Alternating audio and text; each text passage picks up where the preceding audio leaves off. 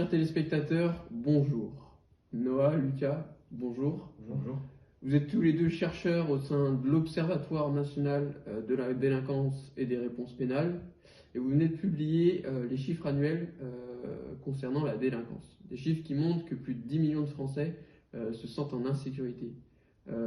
Comment vous pouvez le savoir et comment on peut arriver à un tel chiffre, 10 millions de Français? Alors déjà, on arrive à un chiffre par une enquête qui est réalisée par l'INSEE depuis maintenant 10 ans. On interroge donc plus de 16 000 Français sur l'ensemble du territoire, ce qui est quand même assez représentatif de la population, et on leur pose un certain nombre de questions. Et cela se fait par téléphone ou plutôt en face à face? Oui, tout à fait, plutôt par face à face, non pas par téléphone. C'est plutôt des entretiens qui durent quasiment 1 heure. Et puis ces entretiens vont nous permettre d'obtenir deux éléments assez importants. Premier élément sur les infractions dont sont victimes nos concitoyens. Même si ces personnes n'ont pas été déposées plainte, parce que c'est quand même ça qui est le plus important. Et deuxième partie de l'enquête, ce sont les questions justement de perception, d'opinion, dont effectivement le sentiment d'insécurité.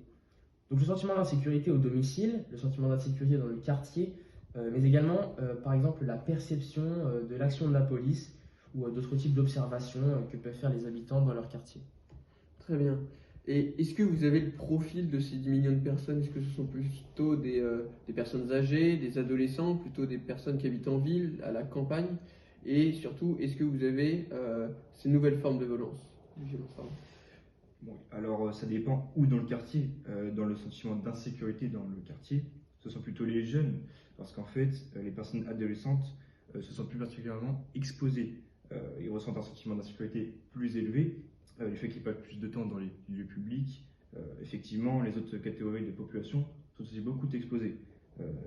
Nous retrouvons aussi beaucoup les femmes qui ont un sentiment d'insécurité assez élevé, je dirais même plus que les hommes, et elles se sentent sûrement plus fragiles et peut-être moins aptes à se défendre.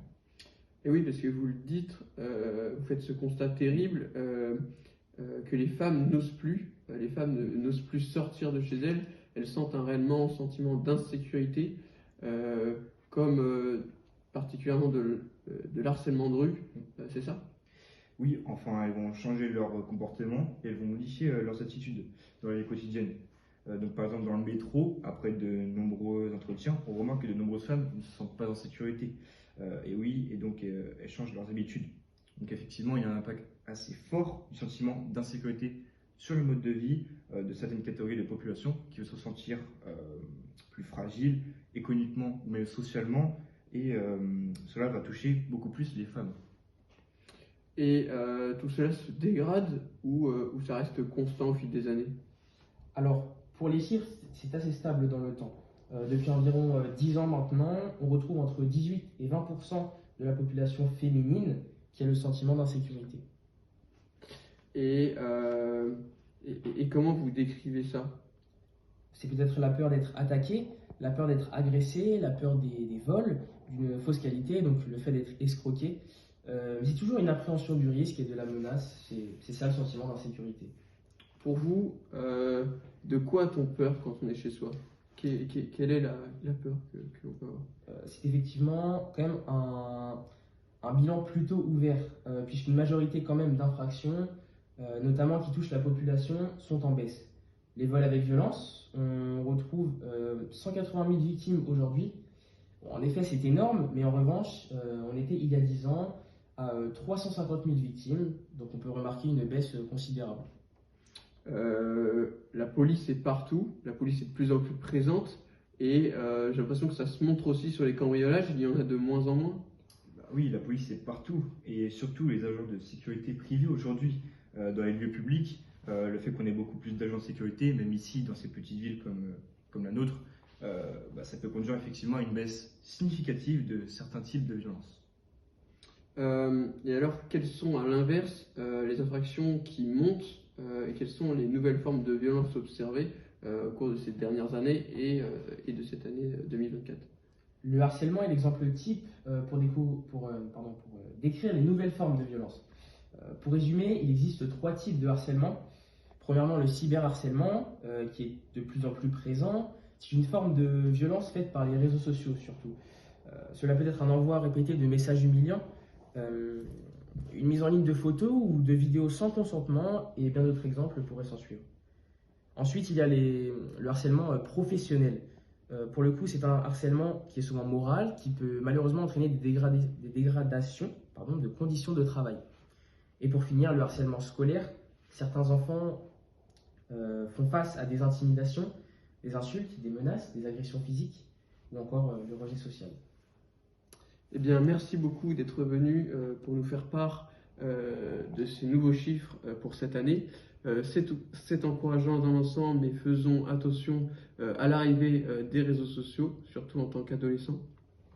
Merci. Tout de suite, envoyé spécial, nous allons retrouver Louise Morgan, journaliste, qui va pouvoir écouter le témoignage de Mathéo Pinard, victime d'harcèlement scolaire.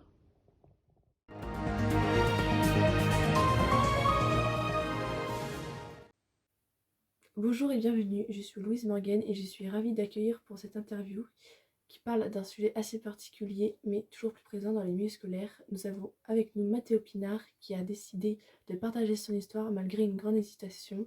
Avant de commencer cette interview, veuillez vous présenter Mathéo. Bonjour, je suis Mathéo Pinard et aujourd'hui je vais vous partager mon expérience dans le domaine du harcèlement. Donc je remercie Louise de m'avoir invité. J'ai étudié au lycée à Châteaubriand. Donc j'ai subi du harcèlement scolaire par des élèves. Mon parcours m'a amené à explorer de près ces causes et je suis heureux donc aujourd'hui de partager mes perspectives avec vous. Merci Mathéo pour cette présentation. Alors quand a commencé le harcèlement ? Donc le harcèlement que j'ai subi a commencé en décembre 2022 et j'étais alors en classe de seconde. Ah oui, cela a dû être dur pour vous, mais avez-vous dû agir rapidement et combien a-t-il duré cet harcèlement ? Donc le harcèlement que j'ai subi a commencé en décembre 2022 et j'étais alors en classe de seconde.